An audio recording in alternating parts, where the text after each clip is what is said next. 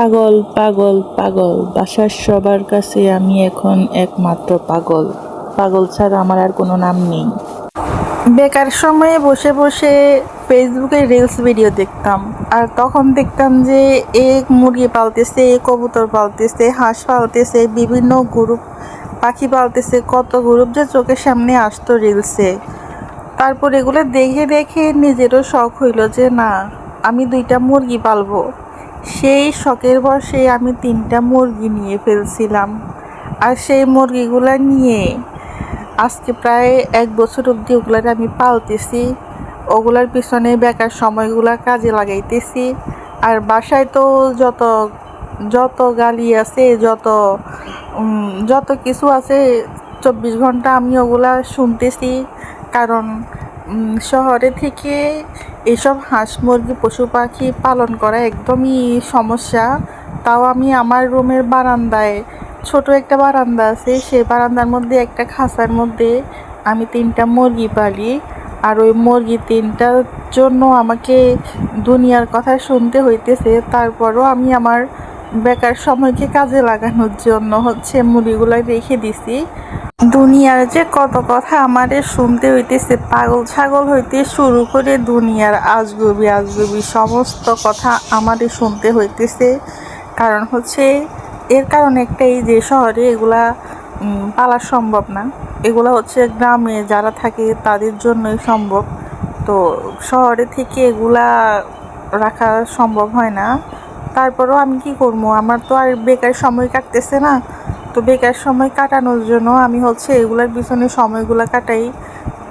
বাজারে টাকা দিলে, আম্মু যখন বাজারে টাকা দেয়, তখন সেই বাজারের টাকা থেকে কিছু টাকা মেরে দিয়ে এদের জন্য আমি খাবার কিনে নিয়ে আসি। কারণ আম্মু এগুলো একদম সহ্য করতে পারে না, আর এগুলোর জন্য আমাদের খাবারের টাকাও দেয় না। ওই জন্য বাজারে টাকা নিয়ে কিছুটা টাকা রেখে দিয়ে ওদের জন্য আমি খাবার কিনি। এই কলেজ গেলে কলেজের ভাড়ার থেকে কিছুটা টাকা রেখে দিয়ে ওদের জন্য আমি খাবার কিনি। এইভাবে ওদেরকে আমি যত্ন করে করে আজকে 1টা বছর ওদেরকে আমি পালতেছি। দুনিয়ার যত কথা শুনে আম্মুর টাকা মেরে দিয়ে এদেরকে আমি দেখাশোনা করি, এদের খাবার কিনি। সপ্তাহে 1 দিন করে ওদের খাঁচাটা আমি পরিষ্কার করি। আর যেদিন ওদের খাঁচাটা আমি পরিষ্কার করতে আসি, ওই দিন আমার আম্মুর দুনিয়ার কথা আমারে শুনতে হয়। কারণ এগুলা যখন খাঁচাটা পরিষ্কার করতে আসি, তখন অনেক ময়লা থাকে, ময়লাগুলো আমি পরিষ্কার করা লাগে। আর তখন ওই ময়লাগুলা পরিষ্কার করার কারণে আমার আম্মু আমারে দুনিয়ার কথা শোনায়। আমি নাকি এগুলা ময়লা পরিষ্কার করে করে পাগল হয়ে গেছি। তারপর কি, আর আমার নাকি খাওয়ার রুচি কমে যাচ্ছে, এগুলার গন্ধে আমি খাবার খাইতে পারি না। তারপর কি, আমি এইগুলা নিয়ে নাকি সংসার করবো, বিয়ে শাদী আমার জীবনে হবে না, এগুলা নিয়েই আমার সংসার হবে। আমি এই জীবন নাকি এগুলোর নিয়েই থাকবো, আমার আর কোনো কাজ নাই। পড়াশোনা সব বাদ দিয়ে দিছি নাকি। তবে না, আমি কিন্তু পড়াশোনা বাদ দিয়ে দিই নাই। আমি সবসময় ভালো রেজাল্ট করি, প্রত্যেক পরীক্ষায় পাশ করি। তারপরও আমার আম্মুর এগুলো নিয়ে ঝামেলা, যে আমি এগুলা কেন রাখছি। বাসা বাড়িতে বা শহরে এগুলা রাখা যায় না, এগুলা রাখলে গন্ধ হয়।